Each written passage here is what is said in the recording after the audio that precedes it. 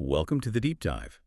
Today we've gathered a fantastic stack of recent source material reviewing the cutting edge of speculative fiction, a genre that right now feels less like escapism and maybe more like a detailed exploration of our current anxieties. That's exactly right. And for you, the listener, the goal here, well, it isn't just to tell you what books are out there. We're going to try and extract the unique, the high concept nuggets from these reviews. We're moving from near future thrillers looking at AI and consciousness through some deep rooted environmental fiction, then into magical mysteries, and yeah, ending up with some truly unsettling community horror.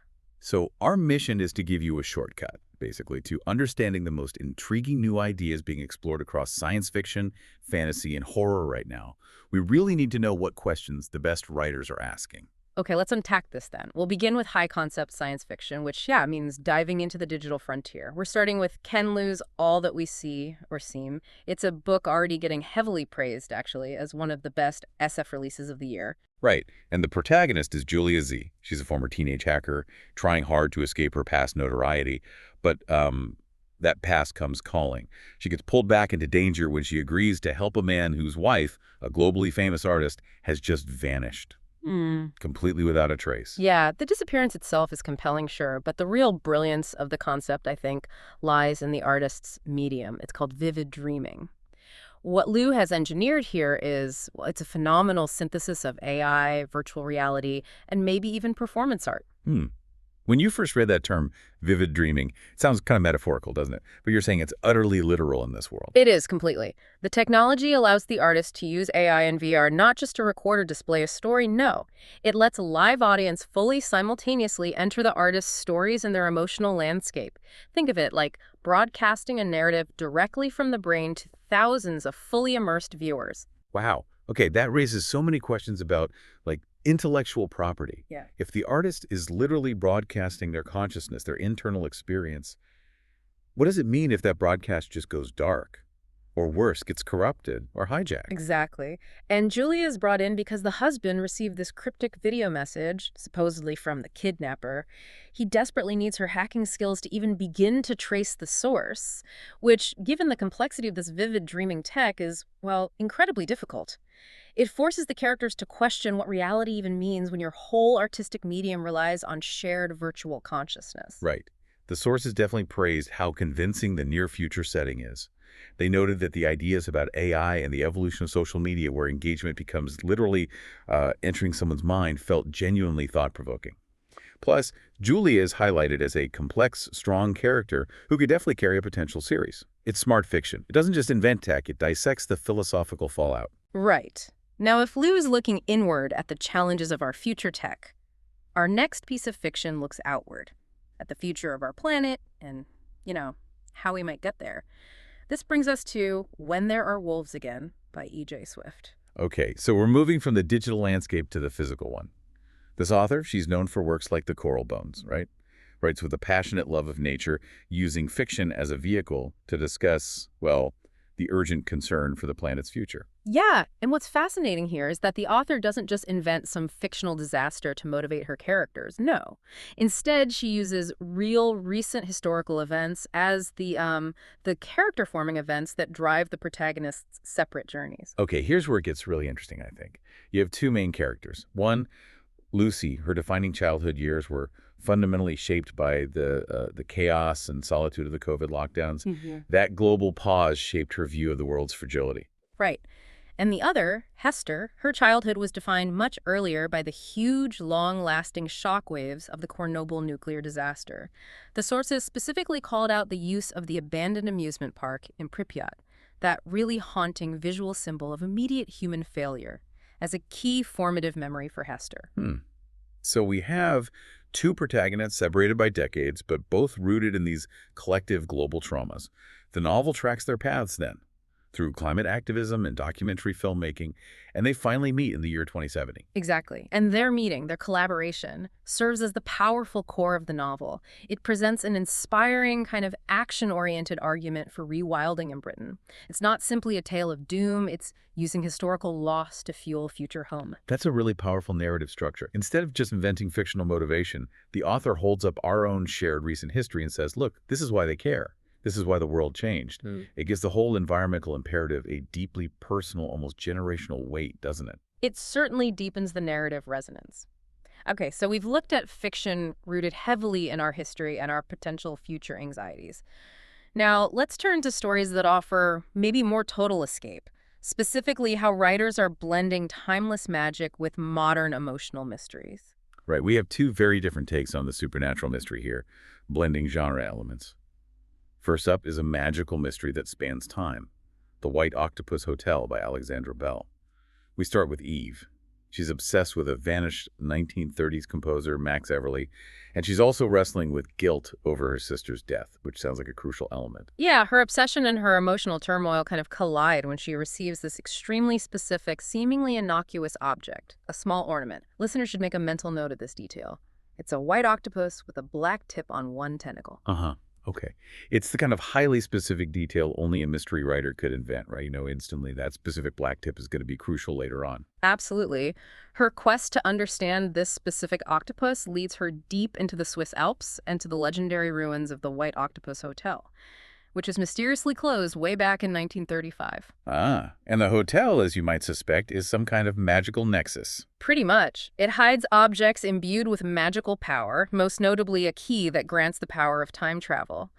The story frames itself beautifully, it seems, as two wounded people, Eve and perhaps the vanished Max Everly, who are given a magical chance to save one another across the decades.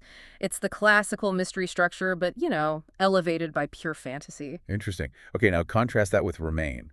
This one comes with an almost unbelievable collaborative pedigree. It was jointly developed by Nicholas Sparks, known for his sentimental, warm-hearted romances, and M. Night Shyamalan, the master of supernatural twists and unsettling tone. Yeah, the collaboration itself is probably the biggest twist here. How do those two very different styles mesh in practice? You've got the master of happily ever after working with the master of, well, existential dread. It sounds like a really unlikely marriage, but the premise, you're saying, leans firmly into the Sparks territory. It seems so. The plot follows Tate, an emotionally repressed architect who's recovering from a nervous breakdown. He rents a secluded house for solitude, only to find this strange, quiet woman named Wren living there. Ah, okay. And Wren, we quickly learn, is a ghost who doesn't know she's dead. She's just lingering, unable to move on because there's a mystery connected to her death that remains unsolved. So Tate, who went there to recover, suddenly finds his life completely upended when he falls in love with this spectral housemate. Right. His core conflict becomes figuring out how to set her free by resolving the mystery of her death. The sources were very clear that while the story is, formulaic, as you might expect from that particular author, it is also warm-hearted, smoothly executed, and deeply sentimental. It basically trades Shyamalan's usual jump scares for deep emotional investment, offers comfort rather than pure chills, you know. Well, speaking of chills, let's pivot completely away from ghosts seeking resolution and step into focused horror, where the unsettling truth is, like, the core of the societal contract. Yeah, this raises a really important question. What happens when prosperity isn't a reward for hard work, but a transaction? One sealed with blood. We are now looking at Darker Days by Thomas Olde Heuvelt, an author known for challenging the conventions of horror. Okay. Heuvelt sets this novel in a small, seemingly perfect town in Washington state. Focuses on the residents of one street, Bird Street. On the surface, everyone here is fantastically successful, healthy, and happy. It sounds idyllic, right? A perfect slice of suburban Americana. But that perfection, it's bought and paid for, annually. The bill comes due every November, during a period known chillingly as the Darker Days. Slight pause. Okay. This is when the adults of the community must collectively pay a substantial fee and sacrifice one human life. That is the absolute core of the horror here. It forces this awful moral question on every single resident, and on the reader too. What is the true value of your peace, your health, your success? The community tries to manage this gruesome requirement, typically seeking out the elderly or the terminally ill. They attempt to rationalize it, maintain some semblance of civic order within this horrifying covenant. Wow. The concept of a quiet suburban community maintaining their status through calculated, mandated murder, that's profoundly disturbing. It speaks volumes about the lengths people will go to maintain comfort and success and the kind of hidden contracts we might accept for prosperity. It really is the ultimate expression of the Faustian bargain, isn't it? Applied not to an individual, but to a whole neighborhood. The sources really stress the dramatic tension when the annual process goes wrong. Right, and the author really twists the knife when they focus on the year the best laid plans fail for one specific family, the Lewis de Silva family. That failure causes the darker days to become especially dark and gruesome for them. It confirms the novel as a masterly work of modern horror. Maybe who else best yet, according to the reviews. It certainly reflects the insidious nature of systemic rot. The horror isn't some supernatural creature out there. It's the horror of consensus, of the majority quietly agreeing to a monstrous act just to benefit themselves. So what does this all mean then? We have jumped from a fictional art form powered by AI through global climate activism rooted in the trauma of Chernobyl and COVID, to time travel keys hidden in ruined hotels, and finally a cheerful suburban street maintained by annual human sacrifice. The landscape of speculative fiction right now is incredibly rich, diverse, and yeah, fundamentally interested in how we cope with external pressure and internal guilt. Yeah, what's fascinating here, if we kind of connect this to the bigger picture, is how consistently the best fiction anchors its high concepts. Whether it's a vivid dream machine or a mandatory annual sacrifice, in deeply personal struggles, the foundation is always human. Guilt over a sister's death, recovery from a breakdown, or, the moral stain of maintaining comfort. Right. The mechanism might be wild, but the emotional core is always human and relatable. It's why speculative fiction remains such a vital gauge of our current collective psyche, I think. Indeed. And considering that strong link established in the climate fiction connecting real-world traumas like Chernobyl and COVID to a fictional future of activism. Well, we leave you with this provocative thought. How much of today's news, the geopolitical shifts, the rapid, maybe destabilizing AI advancements, the ongoing climate crises, how much of that will become the foundational history or mythology for the next generation of fantasy, horror, and science fiction writers? What real headline today will be the premise for tomorrow's novel?